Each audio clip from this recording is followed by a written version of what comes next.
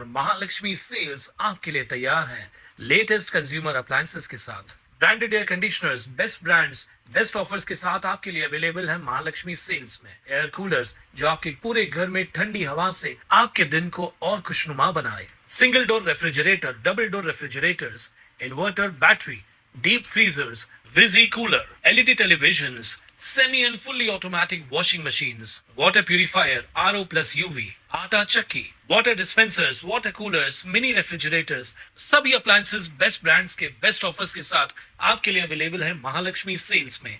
कल्याणमध्ये पक्षप्रवेशाच्या मुद्द्यावरून भाजप आणि शिवसेना पुन्हा एकदा आमनेसामने आलेत। माजी नगरसेवक अरुण गीध व त्यांच्या भगिनी वंदना गीध यांनी उपमुख्यमंत्री एकनाथ शिंदे यांच्या उपस्थितीत शिवसेनेत प्रवेश केल्यानंतर भाजपाने नाराजी व्यक्त केली आहे।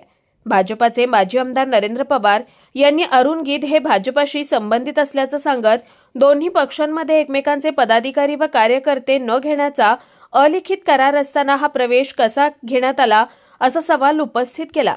शिवसेनेची ही दुहेरी भूमिका असल्याचा आरोप करत गरज पडल्यास भाजपालाही आपली भूमिका बदलावी लागेल असा इशाराही पवार यांनी दिलाय।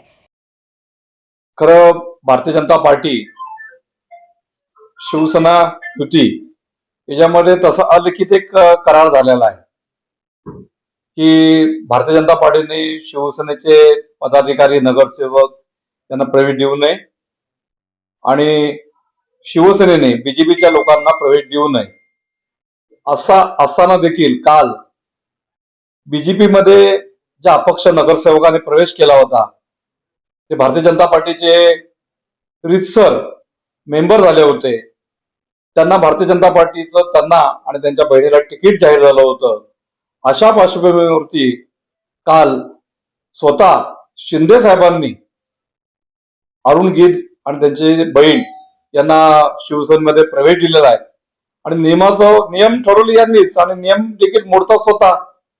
खरं तर भारतीय जनता पार्टीच्या मागे खूप लोक आज शिवसेनेतली जी इच्छुक आहेत प्रवेश करण्याकरता, सगळ्यांना आम्ही नाही सांगितलं, सगळ्यांना थांबून ठेवलेलं आहे।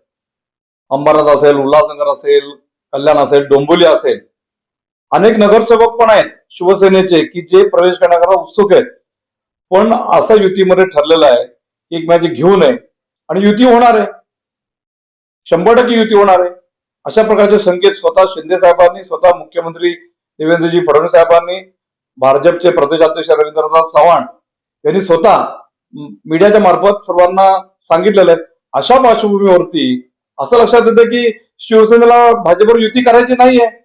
एकीकडनं युतीची बोलणी करायची, युती करा म्हणून सांगायचं आणि भाजपच्या पाठीमध्ये खंजीर खुपसायचा, भाजपमध्ये नगरसेवक प्रवेश केलेला आहे त्यांना त्याच्या पक्षामध्ये प्रवेश द्यायचा, हे अत्यंत योग्य नाहीये, हे चुकीचं आहे।